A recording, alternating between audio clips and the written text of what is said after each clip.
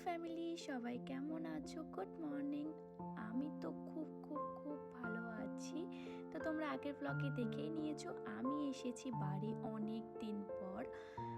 আর আজকে আমি যে বাড়িতে এসেছি সেটা একটা খুব স্পেশাল কারণ আছে, আগের ব্লগেই বলেছিলাম। তো আজকে তোমরা জানতে পেরেই যাবে যে আমি হঠাৎ কেন বাড়ি এসেছি। তো সকাল সকাল ঘুম থেকে উঠে মা আমাকে একটু চা করে দিয়েছে, আর আমি সেটা খাচ্ছি খুব, আর এনজয় করছি, মায়ের সঙ্গে গল্পও করছিলাম। তো তারপরে কিছুক্ষণ পরেই দেখছি এই যে মহারাজ চলে এসছে। সকাল সকাল ঘুম থেকে উঠে খাওয়া দাওয়া করে এসে আমার সঙ্গে কত বক্তামো দিচ্ছে। আমাকে কি বলছিল আমার অতটা মনে নেই। সেদিন আমাদের বেরোনোর ছিল, একটা জায়গায় যাওয়ার ছিল, যেটার কারণে আমরা বাড়িতে এসেছি মেনলি। সেটা নিয়ে হয়তো কোনো রকম কোনো কথা হচ্ছিল। দেন অনেক অনেক বেলাও হয়ে গেছিলো, ঘুম থেকে আমার উঠতে উঠতে খাওয়াও হয়নি। তো মা এসে ডাকছিল যে কখন খাবো এই করে করে। আর আমি ঘরে ওর সঙ্গে যুদ্ধ করেই যাচ্ছি, মারামারি করছিলাম। তো তারপরে মা বললো তোকে আর খেতে হবে না, আমি তোকে খাইয়ে দিচ্ছি, দাঁড়া। দিয়ে মা আমাকে খাবারটা এনে খাইয়ে দিল। বেসিক্যালি সকালবেলায় সেরকম কিছু খাইনি, মা ঘুগনি করেছিল, বললো তাহলে তোকে একটু মুড়ি খাইয়ে দিই। আমি বললাম ঠিক আছে খাইয়ে দাও। আর ঘুগনি মুড়ি কার না খেতে ভালো লাগে? আমার তো খুব খুব খুব ভালো লাগে। তোমাদের কার কার খেতে ভালো লাগে আমাকে অবশ্যই কমেন্ট করে জানাবে। আমার দারুণ লাগে ঘুগনি, মুড়ি, আর হচ্ছে শশা, পেঁয়াজ থাকলে তো আরোই জমে যায়, দারুণই লাগে, দারুণ। তো মা আমাকে চটপট করে খাবারটা খাইয়ে দিল, কারণ আমার এরপর একটু বেরোনোরও ছিল, কিছু কাজ ছিল, সেই কাজগুলো করতে হবে। কারণ বিকেলবেলাতে তো বাড়িতে থাকবো না, সেই জন্য আমাকে কাজগুলো এখনই কমপ্লিট করতে হবে, নাহলে আবার পরের দিন বাড়িও চলে আসবো এখানে বেলঘড়িয়াতে। তো সেই জন্য আমি রেডি হয়ে নিলাম, আমি ওর সঙ্গেই বেরোবো মেনলি কাজে, কারণ ও আমাকে নিয়ে যাবে স্কুটি করে। আমি একা একা ওই হেঁটে রোদের মধ্যে, এখন যা গরমও পড়েছে, হাঁটা সম্ভব নয় যে হেঁটে হেঁটে কোনো কাজ করব। আমি ঘরে রেডি হচ্ছিলাম, আর ও আমাকে বারবার ডেকেই যাচ্ছিল, কারণ প্রচণ্ড দেরি হয়েছে, বলছে বেরো বেরো। তো আমি ঝটপট করে সানগ্লাসটা নিয়ে বেরিয়ে পড়লাম।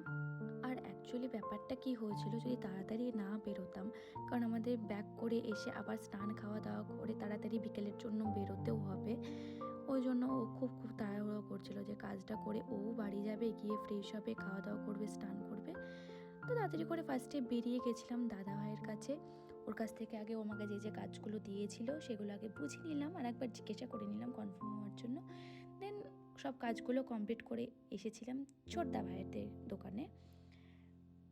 এখানে এসে ফার্স্টে একটা কোল্ড ড্রিঙ্কস নিয়েছিলাম, আর আমার দু একটা জিনিসও নেওয়া ছিল, সেগুলো নিলাম।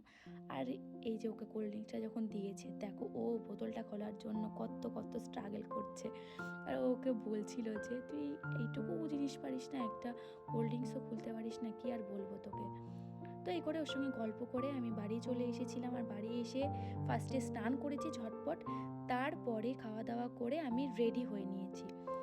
আর আমার ড্রেসটা দেখে এতক্ষণে তো বুঝেই গেছো যে আমরা কোথায় যেতে চলেছি আজকে। মেনলি আজকে ছিল কৃষ্ণনগরে ফসিলসের একটা কনসার্ট, তো আমরা সেখানেই যাব বাড়ির সকলে মিলে, মানে আমি, গুড্ডু, দুই দাদা ভাই, মা, জেম্মা, জেঠু। বাবা যাবে না, কারণ বাবা এতটা লাউড মিউজিক পছন্দ করে না, তাই বাবা যাবে না, বাবা দোকানেই থাকবে। তো অ্যাজ ইউজুয়াল সবাই রেডি হয়ে, সবাই সেদিন ব্ল্যাক পরেছিলাম, বেরিয়ে পড়েছি। আর আমরা অনেকটা তাড়াতাড়ি বাড়ি থেকে বেরিয়ে পড়েছি। বেরিয়ে দেখছি তখন আমাদের গাড়িটা আসেনি। দেন অনেকক্ষণ ওয়েট করার পর গাড়িটা এলো এবং আমরা সবাই উঠলাম। ফার্স্টে আমরা তিনজন উঠেছিলাম, তারপরে জেম্মারা উঠলো, আর গুট্টু তো শ্যামনগর থেকে উঠবে, ওই জন্য ওকে এখন দেখা যাচ্ছে না, ওকে কিছুক্ষণ পরেই দেখা যাবে। ও এটা বলতে বলতে চলেও এসেছি আমরা শ্যামনগর। আর এই যে মহারাজ উঠেও পড়লো। দেন ব্যাস আমাদের হল্লা শুরু, সারা রাস্তা আমরা অনেক মজা করতে করতে গেছি। বেসিক্যালি আমরা যখন কলকাতায় কনসার্ট হয় তখন আমরা সবসময় বেশিরভাগ সময়তেই আমরা চারজনেই যাই, মানে দুই দাদা, আমি আর গুড্ডু। তো এইবার মা, জেম্মা, জেঠু সবাইকে নিয়ে একসঙ্গে গিয়ে প্রচণ্ড মজা হয়েছিল। আমরা যেতে যেতেও যেরকম মজা করেছি, মানে ওখানে গিয়েও মজা করেছি, আবার আসার সময়ও মজা করেছি। তো ফাইনালি আমরা প্রায় 1.5 ঘন্টা পরে যে পৌঁছে গেছি। এসে দেখছি, ফার্স্টে ভেবেছিলাম ভিআইপিতে হয়তো লাইন হবে না, বাট এসে দেখছি না, প্রচণ্ড অনেকটাই লাইন হয়ে গেছিলো। আর আমরা এই দেখো লাইনে কষ্ট করে দাঁড়িয়ে আছি, আর এরা লাইনের বাইরে গিয়ে ঢং করছে, পোজ দিচ্ছে ফটো তোলার জন্য। দেন প্রায় 2 ঘন্টা 2.5 2.5 ঘন্টা নাগাদ গেট খোলে এবং আমরা ফার্স্টেই এসে সিটটা পেয়ে যাই, কারণ আমরা ফার্স্টের দিকেই ছিলাম বলে ফার্স্টের রোটাই পেয়ে গেছি। আর এত কষ্ট করে এসেছি এতক্ষণ দাঁড়িয়ে, যদি একটু ফার্স্টে বসে নাই দেখতে পাই তাহলে আর কি হলো। আর বেসিক্যালি আমরা তো দেখতেই পাবো, মা জেম্মা জেঠু তো আর সবসময় দেখতে পাবে না, তো ওদেরকে ইচ্ছে ছিল যে সামনে থেকেই দেখাতে পারবো যাতে এরকম করা যায়। আর দর্শকও হয়েছিল, আমরা যখন ফার্স্টে ঢুকি তখনই প্রচুর ভিড় হয়ে গেছিলো, তোমরা তো দেখতেই পাচ্ছ, ভালোই ভিড় হয়ে গেছিলো। দেন এই যে ফাইনালি আমাদের প্রোগ্রাম শুরু হলো, মানে জাস্ট অসাম ছিল। এতদিন দেখেছি, মানে কাছ থেকেও দেখেছি দূর থেকেও দেখেছি, বাট এই দেখাটা অন্যরকম ছিল, অন্যরকম, জাস্ট ওয়াও।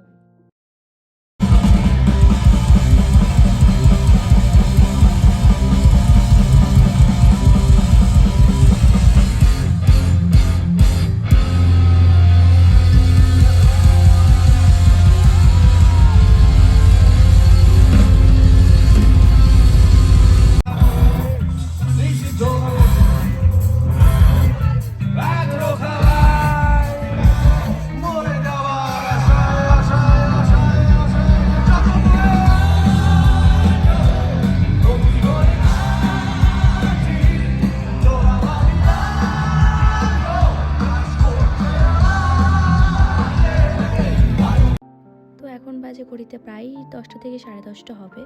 কনসার্ট আমাদের শেষ, এবার বাড়ি ফেরার পালা। আর ফসিলসের কনসার্ট নিয়ে তো আর কিছু বলার নেই যে কেমন লাগলো বা কিছু, আমরা বারবারই যাই, প্রচুরবার আগেও গেছি আর পরবর্তীতে ক্ষেত্রেও যাওয়ার চেষ্টা করব, যেখানেই হবে সেখানেই যাওয়ার চেষ্টা করব। তো এখন তো অনেক রাত হয়ে গেছে, বাড়ি ফিরতে হবে। আজকে আমার ব্লগটা এত দূরই। সবার কেমন লাগলো অবশ্যই কমেন্ট করে জানাবে। আর যারা প্রথম দেখছো আমার চ্যানেলে, তো সবাই সাবস্ক্রাইব অবশ্যই করবে। তো গুড নাইট সবাইকে।